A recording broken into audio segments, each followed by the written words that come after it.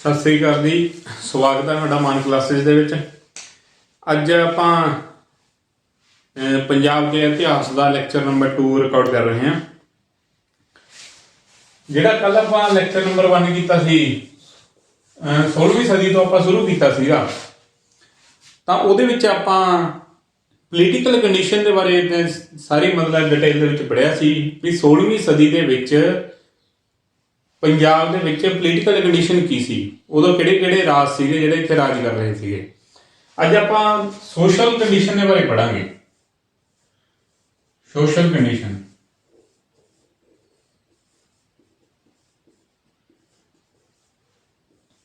Social ਦਾ ਮਤਲਬ ਕੀ ਹੁੰਦਾ? ਸਮਾਜਿਕ ਵਿਵਸਥਾ ਉਦੋਂ ਕਿਹੋ ਜਿਹੀ ਸੀ? ਕਦੋਂ? 15ਵੀਂ 16ਵੀਂ ਸਦੀ ਦੇ ਵਿੱਚ। 15ਵੀਂ 16ਵੀਂ ਸਦੀ ਦੇ ਵਿੱਚ ਸਮਾਜਿਕ ਕੰਡੀਸ਼ਨ ਪੰਜਾਬ ਦੇ ਵਿੱਚ ਕਿਹੋ ਜਿਹੀ ਸੀ? ਉਦੋਂ ਕੀ ਸੀਗਾ? ਉਦੋਂ ਮੇਨਲੀ ਆਪਣੇ ਪੰਜਾਬ ਦੇ ਵਿੱਚ ਦੋ ਧਰਮ ਜ਼ਿਆਦਾ ਪ੍ਰਚਲਿਤ ਸੀਗੇ। ਕਿਹੜੇ ਕਿਹੜੇ ਸੀ ਉਹ?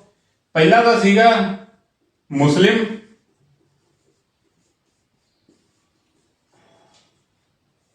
ਤੇ ਦੂਜਾ ਸੀ ਹਿੰਦੂ ਧਰਮ।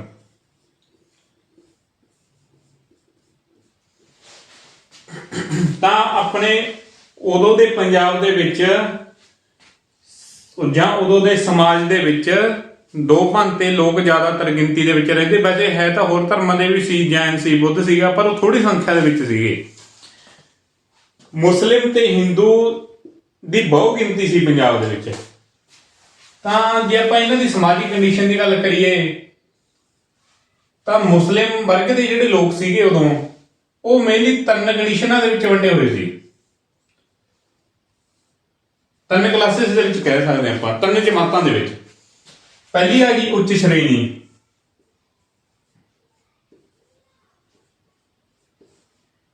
ਜਿਹਨੂੰ ਕਿ ਆਪਾਂ ਅਪਰ ਕਲਾਸਿਸ ਕਹਿੰਦੇ ਆ।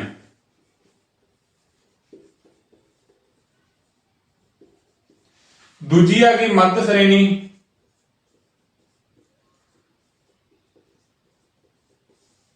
ਜਿਹਨੂੰ ਕਿ ਆਪਾਂ ਮਿਡਲ ਕਲਾਸ ਕਹਿੰਦੇ ਆ।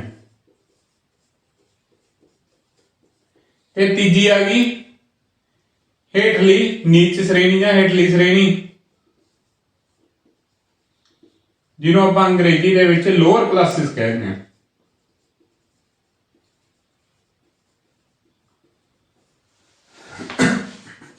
ਸੋ ਮੁਸਲਿਮ ਧਰਮ ਦੇ ਨਾਲ ਸੰਬੰਧਿਤ ਜਿਹੜੇ ਲੋਕ ਸੀ ਉਹ ਮੇਨਲੀ ਤਿੰਨ ਜਮਾਤਾਂ ਦੇ ਵਿੱਚ ਵੰਡੇ ਹੋਏ ਸੀ: ਉੱਚ ਸ਼੍ਰੇਣੀ, ਮੱਧ ਸ਼੍ਰੇਣੀ ਤੇ ਹੇਠਲੀ ਸ਼੍ਰੇਣੀ, ਜਾਂ upper classes, middle and lower classes.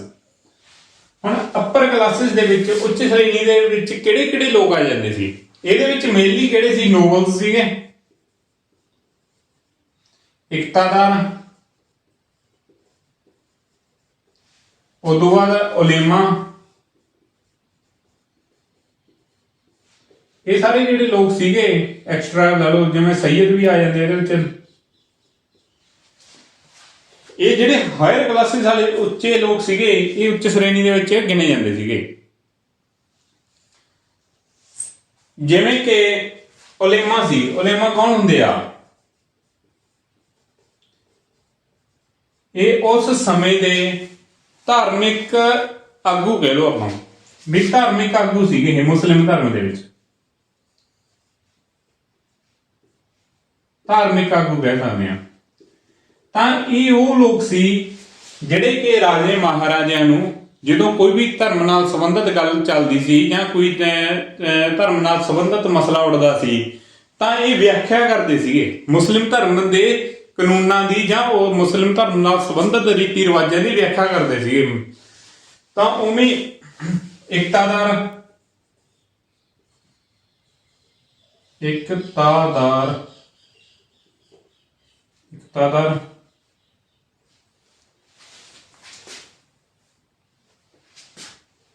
ਇਕਤਾਦਾਰ ਕੌਣ ਸੀਗੇ?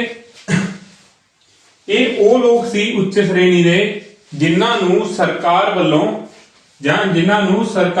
ਕੁਝ ਹਿੱਸਾ ਜ਼ਮੀਨ ਦਾ ਦਿੱਤਾ ਜਾਂਦਾ ਸੀ। ਸਰਕਾਰ ਵੱਲੋਂ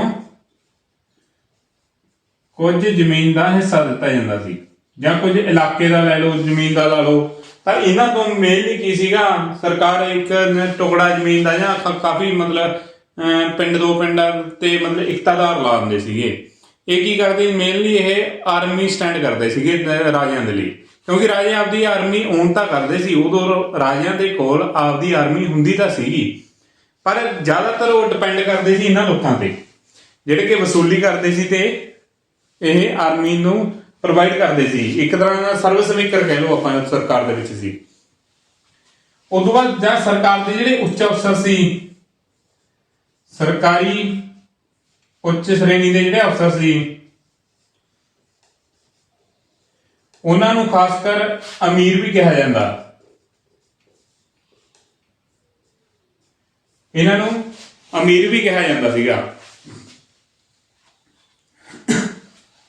ਤੋ ਇਹ ਲੋਕ ਸੀ ਜਿਹੜੇ ਇਹ ਉੱਚ ਸ਼੍ਰੇਣੀ ਦੇ ਵਿੱਚ ਆ ਜਾਂਦੇ ਸੀ, ਹਾਇਰ ਕਲਾਸਿਸ ਦੇ ਵਿੱਚ ਆ ਜਾਂਦੇ। ਜਾਂ ਇਹਦੇ ਵਿੱਚ ਜਿਵੇਂ ਸੈਯਦ ਰਹਿ ਗਿਆ, ਸੈਯਦ ਕੌਣ ਸੀ? ਸੈਯਦ ਉਹ ਜਿਹੜਾ ਆਪਣਾ ਮੁਹੰਮਦ ਸੀਗਾ, ਹਜ਼ਰਤ ਮੁਹੰਮਦ ਉਹਦੀ ਸਪੁੱਤਰੀ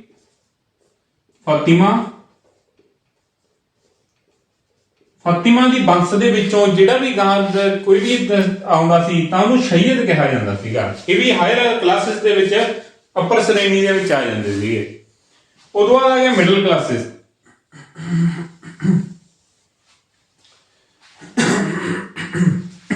ਮਿਡਲ ਕਲਾਸਿਸ ਦੇ ਵਿੱਚ ਕੌਣ ਆ ਜਾਂਦੇ ਸੀਗੇ? ਮਿਡਲ ਕਲਾਸਿਸ ਦੇ ਵਿੱਚ ਮੇਨਲੀ ਪੀਜ਼ੈਂਟ, ਕਿਸਾਨ, ਸੋਲਜਰ, ਇਹ ਲੋਕ ਸੀ ਜਿਹੜੇ ਮਿਡਲ ਕਲਾਸਿਸ ਦੇ ਵਿੱਚ ਆ ਜਾਂਦੇ, ਮੱਧ ਵਰਗ ਦੇ ਵਿੱਚ। ਤੇ ਲੋਅਰ ਕਲਾਸਿਸ ਦੇ ਵਿੱਚ ਸੀ ਜਿਹੜੇ ਉਹ ਆ ਜਾਂਦੇ ਜਿਵੇਂ ਚਮਿਆਰ, ਚੰਮ ਦਾ ਕੰਮ ਕਰਨ ਵਾਲੇ, ਉਹਦਾ ਸੁਨਿਆਰੇ, ਲੋਹਾਰ, ਇਹ ਸਾਰੇ ਜਿਹੜੇ ਧੰਦਿਆਂ ਵਾਲੇ ਜਿਹੜੇ ਕਿ ਆਪਦੀ ਰੋਜੀ ਰੋਟੀ ਬਸ ਕਮਾ ਕੇ ਖਾਂਦੇ ਸੀਗੇ, ਉਹ ਲੋਅਰ ਕਲਾਸਿਸ ਦੇ ਵਿੱਚ ਆ ਜਾਂਦੇ ਸੀ। ਤੇ ਮਿਡਲ ਕਲਾਸਿਸ ਦੇ ਵਿੱਚ ਪੀਜ਼ੈਂਟ, ਸੋਲਜਰ, ਇਹ ਸਾਰੇ ਜਿਹੜੇ ਸੀਗੇ ਉਦੋਂ ਟ੍ਰੇਡਰ ਹੋ ਗਏ ਜਾਂ ਛੋਟੇ ਅਫਸਰ ਲਾ ਲਓ, ਸਮਾਲ ਅਫੀਸ਼ੀਅਲ,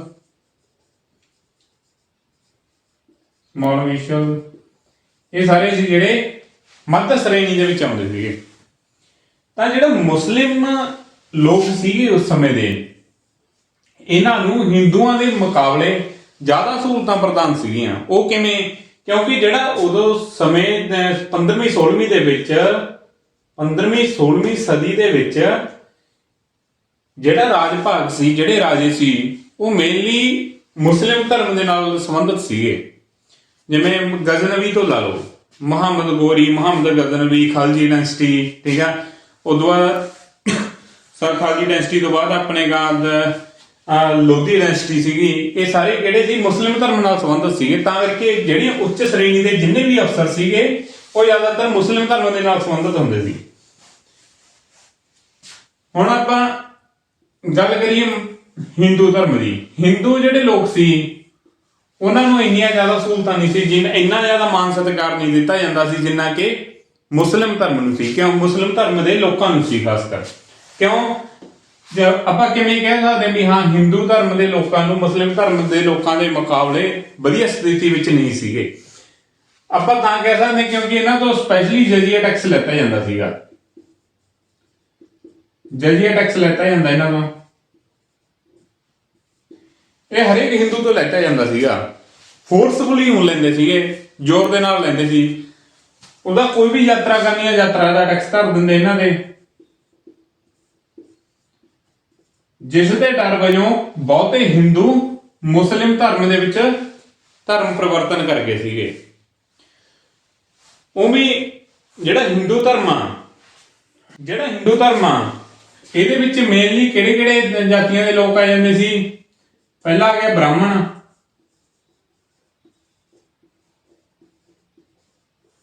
ਹੁਣ ਜਿਹੜੇ ਬ੍ਰਾਹਮਣ ਸੀ ਮੁਸਲਿਮ ਰਾਜਾਂ ਤੋਂ ਪਹਿਲਾਂ ਜਦੋਂ ਇੱਥੇ ਰਾਜਪੂਤ ਤੇ ਹਿੰਦੂ ਧਰਮ ਦੇ ਲੋਕਾਂ ਦਾ ਰਾਜ ਸੀਗਾ ਉਦੋਂ ਬ੍ਰਾਹਮਣਾਂ ਦੀ ਬਹੁਤ ਉੱਚੀ ਸਥਿਤੀ ਮੰਨੀ ਜਾਂਦੀ ਸੀ, ਸਪੈਸ਼ਲੀ ਆਪਾਂ ਕਹਿ ਸਕਦੇ ਹਾਂ ਏਸ਼ੀਅਨ ਪੀਰੀਅਡ ਦੇ ਵੇਲੇ, ਜਦੋਂ ਹਰੱਪਾ ਸਿਵਲਾਈਜੇਸ਼ਨ ਤੋਂ ਬਾਅਦ ਜਿਹੜਾ ਵੈਦਿਕ ਏਜ ਸੀ ਜਾਂ ਵੈਦਿਕ ਏਜ ਤੋਂ ਬਾਅਦ ਜਿੰਨੀਆਂ ਵੀ ਡਾਇਨੈਸਟੀਆਂ ਹੋਈਆਂ ਨੇ ਉਹਦੇ ਵਿੱਚ ਬ੍ਰਾਹਮਣਾਂ ਦਾ ਬਹੁਤ ਵੱਡਾ ਯੋਗਦਾਨ ਹੁੰਦਾ ਸੀਗਾ। ਇਹ ਹਾਇਰ ਕਲਾਸਿਸ ਦੇ ਵਿੱਚ ਮੰਨੇ ਜਾਂਦੇ ਹੁੰਦੇ। ਪਰ ਹੁਣ 15ਵੀਂ 16ਵੀਂ ਸਦੀ ਦੇ ਵਿੱਚ ਇਹਨਾਂ ਦਾ ਕੰਮ ਸਿਰਫ ਪਾਠ ਪੂਜਾ ਤੱਕ ਹੀ ਰਹਿ ਗਿਆ ਸੀਗਾ। ਪਾਠ ਪੂਜਾ ਕਰ ਲਈ, ਠੀਕ ਆ, ਕੋਈ ਟੂਣੇ ਟੱਪਣ ਕਰ ਲਏ, ਇਹਨਾਂ ਚੀਜ਼ਾਂ ਦੇ ਵਿੱਚ ਸੀ ਜਿਹੜਾ ਬ੍ਰਾਹਮਣਾਂ ਦਾ ਕੰਮ ਰਹਿ ਗਿਆ ਸੀ ਇਹਨਾਂ ਦਾ। ਪਰ ਹਾਲ ਦੀ ਘੜੀ ਵੀ ਜਿਹੜੇ ਮੱਧ ਹਿੰਦੂ ਸੀਗੇ, ਆਮ ਹਿੰਦੂ ਸੀ, ਜਿਹੜੇ ਆਮ ਹਿੰਦੂ ਲੋਕ ਸੀ ਜਿਹੜੇ, ਉਹਨਾਂ ਦੇ ਉੱਤੇ ਹਾਲ ਦੀ ਘੜੀ ਵੀ 15ਵੀਂ 16ਵੀਂ ਸਦੀ ਦੇ ਵਿੱਚ ਵੀ ਬ੍ਰਾਹਮਣਾਂ ਦਾ ਇਹਨਾਂ ਦੇ ਉੱਤੇ ਆਪਦਾ ਅਸਰ ਸੀਗਾ। ਉਸ ਤੋਂ ਬਾਅਦ ਦੂਜਾ ਪੀਜੈਂਟ ਆ ਗਏ, ਕਿਸਾਨ, ਇਹਨਾਂ ਨੇ ਤਾਂ ਖੇਤੀ ਕਰਨੀ ਆ। ਤੀਜਾ ਉਸ ਤੋਂ ਬਾਅਦ ਪੀਜੈਂਟਸ ਹੋ ਗਏ, ਬ੍ਰਾਹਮਣ ਹੋ ਗਏ। ਉਸ ਤੋਂ ਬਾਅਦ ਰਾਜਪੂਤ ਹੋ ਗਏ। ਰਾਜਪੂਤਾਂ ਦਾ ਪਹਿਲਾਂ ਏਸ਼ੀਅਨ ਪੀਰੀਅਡ ਦੇ ਵਿੱਚ ਕੀ ਕੰਮ ਸੀ? ਲੜਾਈ ਕਰਨੀ। ਪਰ ਹੁਣ ਬਹੁਤੇ ਰਾਜਪੂਤ ਕੀ ਸੀਗੀ? ਲੜਾਈ ਦਾ ਧੰਦਾ ਛੱਡ ਕੇ ਆਮ ਜਾਂ ਤਾਂ ਵਪਾਰ ਦਾ, ਖਾਸ ਕਰਕੇ ਵਪਾਰ ਦੇ ਧੰਦੇ ਵਿੱਚ ਪੈ ਗਏ ਸੀਗੇ ਇਹ ਲੋਕ। ਵਪਾਰ ਲਾ ਲਓ, ਦੁਕਾਨਦਾਰੀ ਲਾ ਲਓ, ਸ਼ਹਿਰਾਂ ਦੇ ਵਿੱਚ ਦੁਕਾਨਾਂ ਖੋਲ ਕੇ ਬਹਿ ਗਏ, ਵਪਾਰ, ਨਿੱਕੇ ਮੋਟੇ ਵਪਾਰ ਕਰਨ ਲੱਗੇ। ਇਹਨਾਂ ਕੰਮਾਂ ਦੇ ਵਿੱਚ ਸੀ ਜਿਹੜਾ ਇਹਨਾਂ ਦੇ ਵਿੱਚ ਪੈ ਗਏ ਸੀਗੇ। ਉਸ ਤੋਂ ਬਾਅਦ ਅਦਰ ਕੈਟਾਗਰੀਆਂ ਲਾ ਲਓ। ਅਦਰ ਕੈਟਾਗਰੀਆਂ ਦੇ ਵਿੱਚ ਜਿਵੇਂ ਉਹੀ ਲੋਹਾਰ, ਚਮਿਆਰ, ਇਹ ਹਿੰਦੂ ਲੋਕ ਵੀ ਹੁੰਦੇ ਸੀ ਅਦਰ ਕੈਟਾਗਰੀ ਦੇ ਵਿੱਚ ਜਿਹੜੇ ਇਹ ਕੰਮ ਕਰਦੇ ਸੀਗੇ। ਇੱਕ ਖਾਸ ਕਰ ਇੱਥੇ ਇੱਕ ਗੱਲ ਹੋਰ ਨੋਟ ਕਰਨ ਵਾਲੀ ਸੀ, ਜਿਹੜੇ ਅੱਪਰ ਸ਼੍ਰੇਣੀ ਦੇ ਮੁਸਲਿਮ ਸੀ ਨਾ,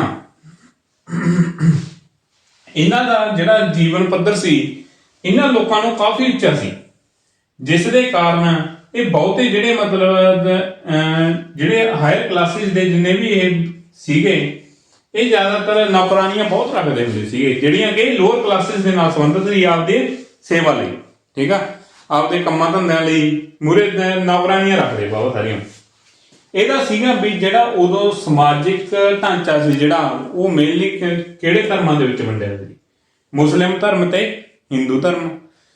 ਮੁਸਲਿਮ ਧਰਮ ਦੇ ਵਿੱਚ ਤਿੰਨ ਸ਼੍ਰੇਣੀਆਂ ਆ ਗਈਆਂ, ਅੱਪਰ ਕਲਾਸਿਸ, ਮਿਡਲ ਕਲਾਸਿਸ ਤੇ ਲੋਅਰ ਕਲਾਸਿਸ। ਅੱਪਰ ਕਲਾਸਿਸ ਦੇ ਵਿੱਚ ਉੱਚ ਅਧਿਕਾਰੀ ਅਫਸਰ ਹੋ ਗਏ ਜਾਂ ਉਲੇਮਾ ਵਰਗੇ ਜਿਹੜੇ ਕਿ ਧਾਰਮਿਕ ਆਗੂ ਸੀਗੇ, ਸ਼ਰੀਅਤ ਜਿਹੜੇ ਕਿ ਫਾਤਿਮਾ ਦੇ ਵੰਸ਼ ਦੇ ਵਿੱਚੋਂ ਸੀ, ਇਕਤਾਦਾਰ ਜਿਨ੍ਹਾਂ ਨੂੰ ਸਰਕਾਰ ਵੱਲੋਂ ਸਰਪ੍ਰਸਤੀ ਸੀਗੀ, ਠੀਕ ਹੈ, ਜਾਂ ਬਹੁਤ ਹੀ ਅਮੀਰ ਲੋਕ ਲਾ ਲਓ। ਅਮੀਰ ਕਿਹਨਾਂ ਨੂੰ ਕਿਹਾ ਜਾਂਦਾ ਸੀ? ਸਰਕਾਰੀ ਉੱਚ ਅਧਿਕਾਰੀਆਂ ਨੂੰ। ਮੱਧ ਸ਼੍ਰੇਣੀ ਦੇ ਵਿੱਚ ਪੀਜੈਂਟ, ਸੋਲਜਰ, ਸਮਾਲ ਅਫੀਸ਼ੀਅਲਸ ਐਕਸੈਕਟਰਾ, ਇਹਦੇ ਵਿੱਚ ਜਿਹੜੇ ਇਹ ਸੀਗੇ ਲਾਈ ਕਰਦੇ ਸੀ।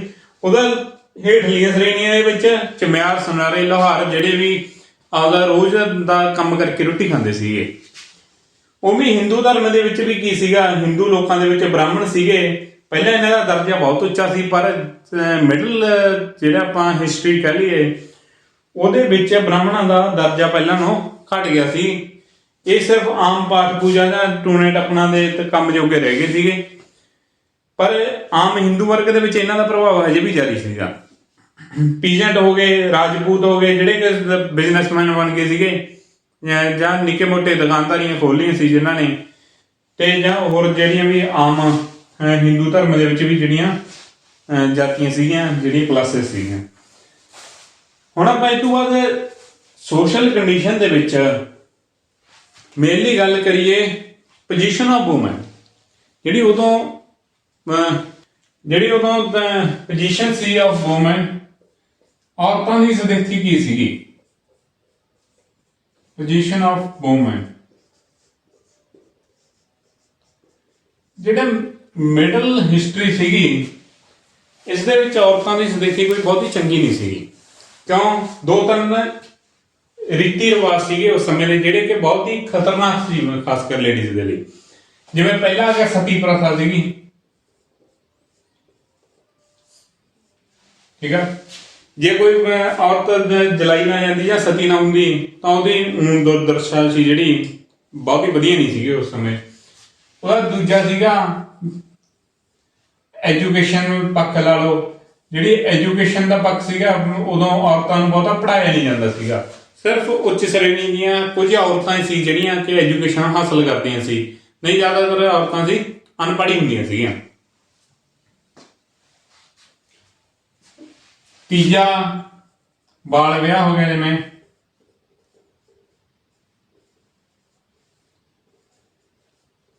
ਬਾਲ ਵਿਆਹ ਦਾ ਮਤਲਬ ਛੋਟੀ ਉਮਰ ਦੇ ਵਿੱਚ ਹੀ ਔਰਤਾਂ ਦਾ ਜਾਂ ਕੁੜੀ ਦਾ ਆਪਾਂ ਕਹੋ ਵਿਆਹ ਕਰ ਦੇਣਾ।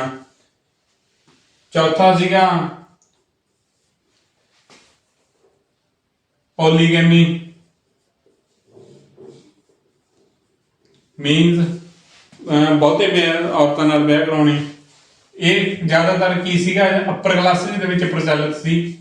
ਜਿਹੜੇ ਮਿਡਲ ਤੇ ਲੋਅਰ ਕਲਾਸਿਸ ਸੀ ਉਹ ਸਿਰਫ ਇੱਕ ਵਿਆਹ ਹੀ ਕਰਾਉਂਦੇ ਸੀਗੇ। ਕਰ ਲਓ ਤਾਂ ਉਹਦੇ ਵਿੱਚ ਜਿਵੇਂ ਬੁਰਕਾ ਆ ਗਿਆ, ਔਰਤਾਂ ਨੂੰ ਆਦ ਮੂੰਹ ਢੱਕ ਕੇ ਰੱਖਦੀਆਂ ਸੀਗੀਆਂ, ਠੀਕ ਆ, ਜਾਂ ਪਰਦਾ। ਇਸ ਬੁਰਕਾ ਜ਼ਿਆਦਾਤਰ ਹਾਇਰ ਕਲਾਸਿਸ ਦੇ ਵਿੱਚ ਜਾਂ ਪਰਦਾ ਸੀ। ਜਿਹੜੀਆਂ ਆਮ ਪੀਜੈਂਟ ਲੋਕ ਸੀਗੇ ਉਹ ਕੰਮ ਕਰਨ ਵੇਲੇ ਔਰਤਾਂ ਆਦਾ ਮੂੰਹ ਨਹੀਂ ਢੱਕਦੀਆਂ ਸੀ, ਪਰ ਜਦੋਂ ਕੋਈ ਵੀ ਬੇਗਾਨਾ ਬੰਦਾ ਆ ਜਾਂਦਾ ਤਾਂ ਉਹ ਚੁੰਨੀ ਦੇ ਓਲੇ ਨਾਲ ਆਦਾ ਪਰਦਾ ਕਰ ਲੈਂਦੀਆਂ ਸੀਗੀਆਂ। ਇਹ ਕਈ ਰੀਤੀ ਰਿਵਾਜ ਸੀ ਜਿਹਦੇ ਕਰਕੇ ਆਪਾਂ ਕਹਿ ਸਕਦੇ ਹਾਂ ਵੀ ਜਿਹੜੇ ਵੂਮੈਨਸ ਦੀ ਉਦੋਂ ਸਥਿਤੀ ਸੀ ਬਹੁਤੀ ਚੰਗੀ ਨਹੀਂ ਸੀ। ਇਹ ਸੀਗਾ ਸੋਸ਼ਲ ਕੰਡੀਸ਼ਨ ਦੇ ਬਾਰੇ।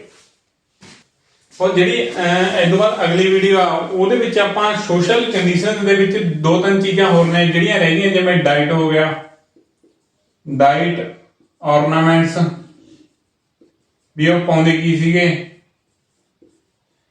ਉਦੋਂ ਇਹਨਾਂ ਦੇ ਰਿਲੀਜੀਅਸ ਬਲੀਫਸ ਕੀ ਸੀਗੀਆਂ, ਇਹਨਾਂ ਦੇ ਬਾਰੇ ਆਪਾਂ ਅਗਲੀ ਵੀਡੀਓ ਦੇ ਵਿੱਚ ਪੜਾਂਗੇ। ਸੋ ਇਹ ਵੀਡੀਓ ਦੇ ਵਿੱਚ ਆਪਾਂ ਮੇਨਲੀ ਕੀ ਪੜਿਆ ਵੀ ਜਿਹੜੇ ਉਦੋਂ ਦਾ ਸਮਾਜਿਕ ਢਾਂਚਾ ਸੀ ਉਹਦੇ ਵਿੱਚ ਦੋ ਭਾਂਤੇ ਜਿਹੜੇ ਧਰਮ ਪ੍ਰਚਲਿਤ ਸੀ, ਜਿਹੜਾ ਇੱਕ ਤਾਂ ਮੁਸਲਿਮ ਤੇ ਦੂਜਾ ਹਿੰਦੂ। ਮੁਸਲਿਮ ਦੇ ਵਿੱਚ 3 ਸ਼੍ਰੇਣੀਆਂ ਹੁੰਦੀਆਂ ਸੀ, ਅਪਰ ਕਲਾਸਿਸ, ਮਿਡਲ ਕਲਾਸਿਸ ਤੇ ਲੋਅਰ। ਉਵੇਂ ਜਿਹੜੇ ਹਿੰਦੂ ਸੀ ਉਹਨਾਂ ਦੇ ਵਿੱਚ ਵੀ ਅਪਰ ਬ੍ਰਾਹਮਣ ਆ ਗਏ, ਮਿਡਲ ਪੀਜੈਂਟ ਆ ਗਏ, ਰਾਜਪੂਤ ਤੇ ਦੂਜੀਆਂ ਥੱਲੇ ਰਹੀਆਂ। ਤੇ ਜੇ ਆਪਾਂ ਔਰਤਾਂ ਦੀ ਸਥਿਤੀ ਦੀ ਗੱਲ ਕਰੀਏ ਤਾਂ ਉਦੋਂ ਔਰਤਾਂ ਦੀ ਸਥਿਤੀ ਬਹੁਤੀ ਵਧੀਆ ਨਹੀਂ ਸੀ। ਉਹਦੇ 3-4 ਕਾਰਨ ਸੀਗੇ। ਪਹਿਲਾ ਸੀ ਸਤੀ ਦਾ ਕਾਰਨ, ਦੂਜਾ ਲੋਅਰ ਐਜੂਕੇਸ਼ਨ ਕਹਿ ਸਕਦੇ ਆਪਾਂ, ਜਾਂ ਅਨਐਜੂਕੇਸ਼ਨ ਕਹਿ ਲਓ ਵੀ ਜਿਹੜੇ ਐਜੂਕੇਸ਼ਨ ਦਾ ਪੱਖ ਸੀ ਉਹ ਔਰਤਾਂ ਦਾ ਬਹੁਤਾ ਵਧੀਆ ਨਹੀਂ ਸੀਗਾ। ਤੀਜਾ ਕਾਰਨ ਸੀਗਾ ਬਾਲ ਵਿਆਹ ਦਾ, ਵੀ ਛੋਟੀ ਉਮਰ ਦੇ ਵਿੱਚ ਹੀ ਕੁੜੀਆਂ ਨੂੰ ਵਿਆਹ ਦਿੰਦੇ ਸੀਗੇ। ਚੌਥਾ ਕਾਰਨ ਸੀ ਪੋਲੀਗੈਮੀ, ਮੀਨਸ ਜਿਹੜੇ ਹਾਇਰ ਕਲਾਸਿਸ ਦੇ ਮੁਸਲਿਮ ਸੀਗੇ ਉਹ 3-3 4-4 ਵਿਆਹ ਕਰਵਾ ਲੈਂਦੇ ਸੀਗੇ। ਪਰ ਜਿਹੜਾ ਜ਼ਿਆਦਾ ਪੋਲੀਗੈਮੀ ਹੈ ਜਿਹੜੀ ਹਾਇਰ ਕਲਾਸਿਸ ਦੇ ਵਿੱਚ ਹੀ ਸੀ। ਜਿਹੜੇ ਮਿਡਲ ਜਾਂ ਲੋਅਰ ਕਲਾਸਿਸ ਆ ਉੱਥੇ ਸਿਰਫ ਆਪਣੇ ਇੱਕ ਵਿਆਹ ਹੀ ਕਰਵਾਇਆ ਜਾਂਦਾ ਸੀ ਉਹਨਾਂ ਦੁਆਰਾ। ਤੇ ਪੰਜਵਾਂ ਕਾਰਨ ਹੋ ਗਿਆ ਜਿਹੜੇ ਆਹ ਸਮਾਜਿਕ ਬੁਰਕਾ ਜਾਂ ਪਰਦਾ ਵਗੈਰਾ ਦੀਆਂ ਜਿਹੜੀਆਂ ਬੰਦਿਸ਼ਾਂ ਸੀ, ਇਹਦੇ ਕਰਕੇ ਜਿਹੜੇ ਔਰਤਾਂ ਦੀ ਸਥਿਤੀ ਬਹੁਤੀ ਵਧੀਆ ਨਹੀਂ ਸੀ। ਸੋ ਇਸ ਵੀਡੀਓ ਦੇ ਵਿੱਚ ਤਾਂ ਆਪਾਂ ਇਹੀ ਪੜਿਆ। ਅਗਲੀ ਵੀਡੀਓ ਦੇ ਵਿੱਚ ਆਪਾਂ ਡਾਈਟ, ਔਰਨਾਮੈਂਟਸ ਤੇ ਰਿਲੀਜੀਅਸ ਬਲੀਫ ਦੇ ਬਾਰੇ ਪੜਾਂਗੇ। ਧੰਨਵਾਦ ਜੀ।